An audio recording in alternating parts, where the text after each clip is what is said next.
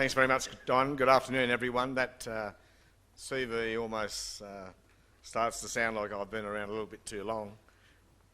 Forget about being Minister for Defence or Minister for Agriculture. The most powerful job I ever held was Chief Government Whip in the 43rd Parliament, which of course was the Parliament where no one had the numbers. It was an interesting time. There are a number of people I could mention, but just for brevity, I'd just like to signal out three. First of all, my good friend and former colleague Simon Crean, now the chair of ALEC. You could have no more experienced and capable person than Simon representing your industry, and I know he's been doing a great job. Simon Westaway and I go back a long way. In fact, right back to 1996 when I was first elected. Don't worry, we weren't too close. But it's good to see him in the job, and it's a tough job, and he's got big shoes to fill in terms of following Alison, and I wish him well. And I want to acknowledge my parliamentary colleague Lisa Chesters. Lisa is the member for Bendigo.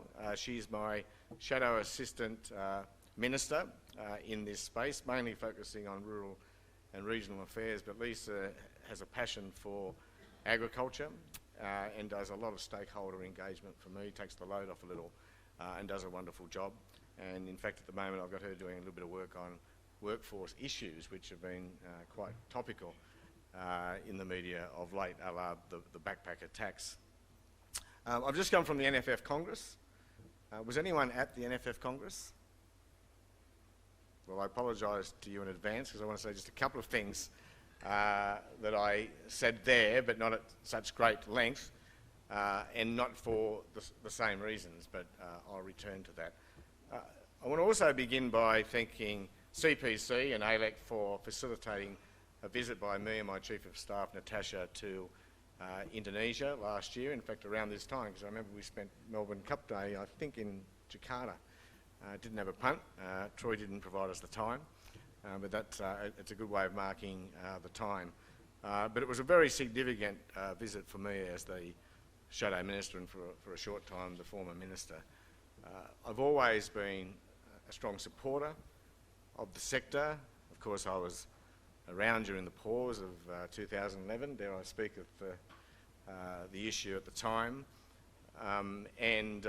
That visit was very helpful to me in both better understanding the supply chain. I'd earlier, as Minister, done the tour in the Northern Territory, but helpful for me to better understand the industry, but also to see firsthand the amazing improvements, including to animal welfare standards in that country. And you know, when I'm doing the rounds defending the sector, it's enormously beneficial for me to say, well, have you been there?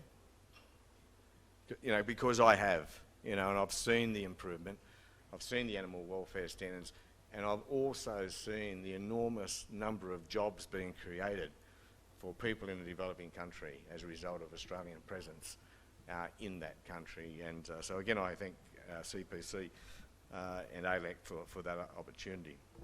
We, of course, did the whole supply chain, all the way from feedlot through to the abattoir, an interesting experience always. And of course, a very early start to the wet market that morning. So we followed, I think, the same beast all the way from feedlot to right through to wet market. We met some interesting characters. Dickie Adawaso is not here today. I probably pronounced that incorrectly. I thought he was going to be here, but Dickie was a great help to us. I think he's known to all of you. Provided us with a bit of hospitality down the Lampung area, in a fairly magnificent house, a beachside house. But having someone like him to, in addition to Troy and others, to consult along that journey was very helpful.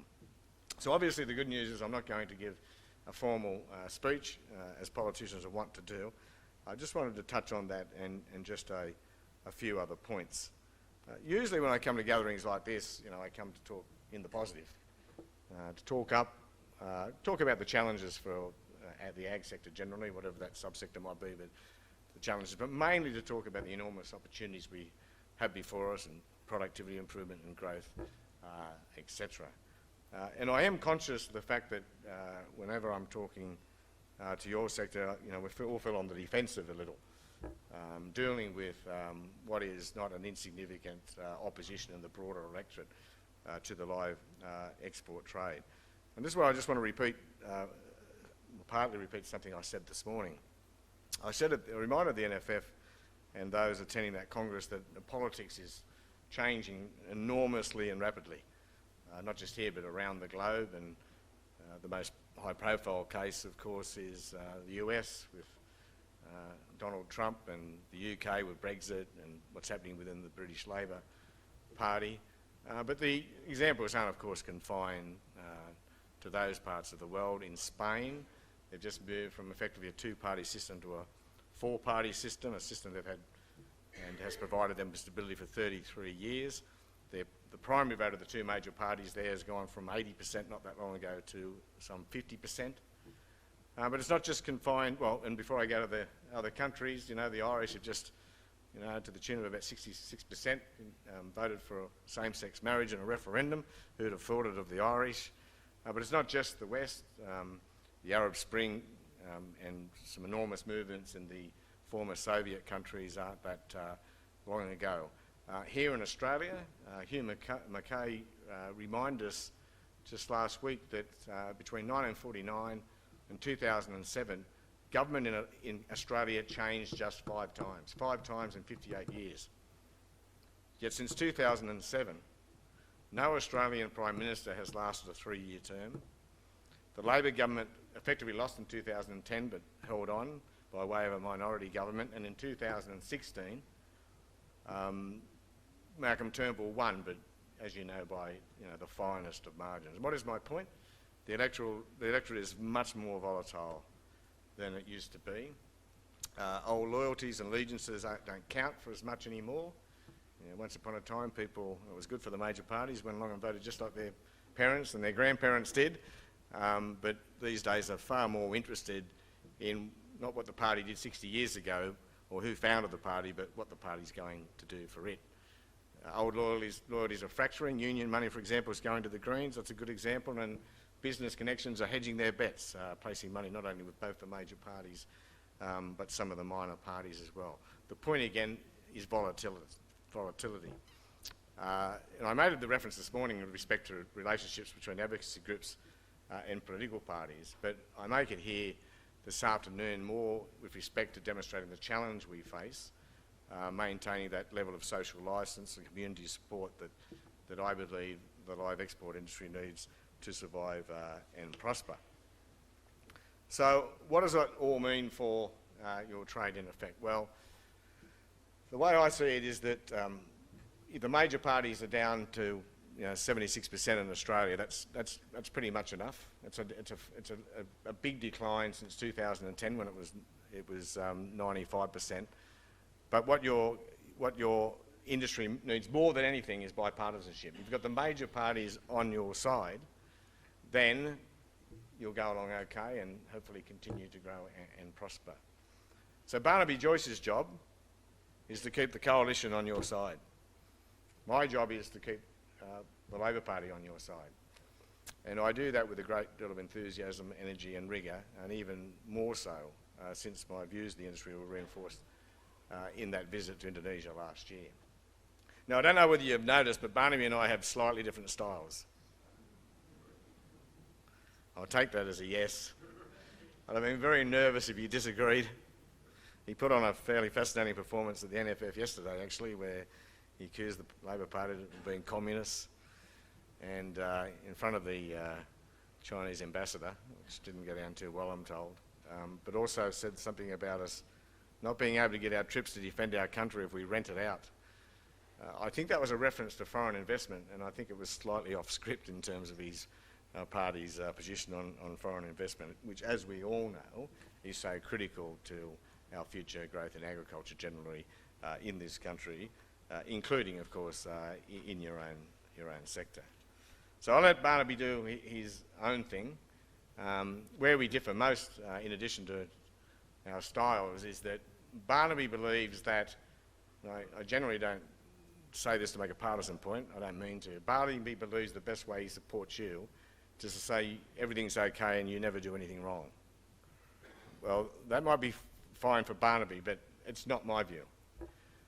My view is that my job is to keep the Labor Party on side and to deal with the pressures both the Labor Party and the Coalition feel from time to time from people who have legitimate concerns about issues like animal welfare. That's my job. I need to maintain the Labor Party support for you. So I do that by making sure that when issues emerge, we deal with them. We are transparent about it. We do our best to make sure that government is properly responding and sanctions are applied when people go rogue and do the wrong thing by the sector. Now, I know how hard all that is because, you know, it's hard to act extraterritorially. It's hard to hold someone to account for stealing a beast out of the supply chain in a foreign country. So these are enormous challenges we face, but the community needs to know we're tackling them and we are taking them on. Telling people with legitimate concerns that they are simply wrong, there's nothing to see here, and we should just let things sail along as they are, is completely the wrong response. Because in my view, sooner or later, given the changing political dynamic, that will catch up with all of us. We need to be smarter than that, and we need to show we are responding. And we need to demonstrate constantly that we have the best animal welfare standards in the world, and remind them constantly how important this sector is to the Australian economy, both in expert terms and domestically, because as you know, it provides a point of tension for domestic producers as well, but how important it is, particularly for our producers in the north, who of course rely in some cases entirely on the sector. So I see that as my job. So in the lead up to the last federal election, we produced a policy, or a suite of policies which, you know, I know may have made some people in this room nervous and in the sector nervous, and policies people might still be concerned with. So I thought I'd just quickly go with them, explain them, and see what I can do to justify them to you and to allay any concern that you may have. The first was the promise to establish an independent Inspector General of Animal Welfare. This was a position we already had in place when last in government. The person was in place on an interim basis because it eventually needed legislation to put in concrete that statutory position, but he worked on an interim basis, but the coalition on coming to office abolished the position. I think that was a mistake. What was he about? Well, not unlike the Inspector General for Taxation, he was about giving people with concerns about the sector some greater confidence in the sector by demonstrating there's an independent statutory officer there dealing with any errors or mistakes in the sector. But that position was abolished. So we promised to re-establish that person. Second, we promised to establish an independent office of animal welfare. Let me explain that. In the first instance, the Inspector General's job in part was to build on this proposal. My view is that animal welfare issues out there in the marketplace go well beyond LIVEX. Of course they do. You saw recent events in New South Wales with greyhounds. Rarely has there been such a bigger issue on the ground. And you've got puppy farms and all sorts of issues. My view is if you're going to have an independent body dealing with this issue, it needs to be all-encompassing of all those sectors, if I can call them that. And if you're going to do it properly, you've got to do it at COAG level because, you know, so many of the regulations and laws involved sit with the state and territory government. So it was to be the Inspector General's job, in addition to what the interim Inspector General did, that is review the department's investigations into alleged breaches of ACIL and SCAS, but also to put a constant work program in place, so he was constantly auditing the department's processes. No harm in that for the sector, but we were giving him that additional task, or her, the additional task of establishing or attempting to establish with the states an independent office. Of course, the complaints from some with concerns about the LIVEX sector is that, you know, the Agriculture Department investigating himself is just that, and they lack independence, and, you know, there was an argument for that, and the office would have given a final independent office to overview those things. So these things are all about building that confidence, in my view, in a way which does the industry no harm. I wanted to bring back the animal welfare strategy. I was, in the short time I was Minister, I addressed that body of people, vets and the like, people from all sorts of organisations with an interest in animal welfare. I thought it was a good clearinghouse for people with both ideas and concerns, and it had a structured work program picking up on the issues of the day, the week or the year. There was a minimum cost to the government. I don't understand why this government abolished it, but we said we would review it. We said we'd review SCAS. Now, SCAS is, now 6 years, 5 years old. Reviews don't have to be a threat. I think that in such a challenging and, let's be frank, controversial environment, I think 5 years is sufficient time to have another look at the system. I know some will say the department had a review of SCAS, but it was rather tight terms internally, and I think a more comprehensive review is due. People shouldn't see it as a threat. You know, there's every chance that the review will show SCAS just fine and is working in the best way it possibly can. It might also conclude that there's something better than SCAS.